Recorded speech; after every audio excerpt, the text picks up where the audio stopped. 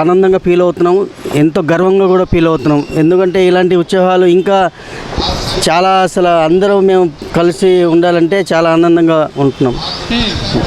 మరి మీరు పార్టీ కోసం పనిచేస్తున్నారు.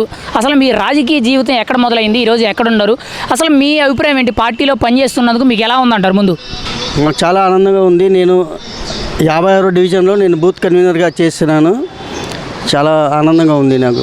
ఓకే, మరి పార్టీ కష్టకాలాల్లో ఉండేటప్పుడు మీరు ఏ విధంగా పనిచేశారు? పార్టీని అధికారంలోకి తీసుకురావడానికే కానీ, గత 5 ఏళ్లే కానీ, అంతకుముందు కానీ అసలు ఎలా పనిచేశారు? మామూలుగా అధికారంలో ఉండేటప్పుడు అందరూ మా పార్టీ అని అంటారు. అధికారంలో లేనప్పుడు మీరు ఏం చేశారు? అసలు మీరు ఎలా ఉపయోగపడ్డారు పార్టీకి?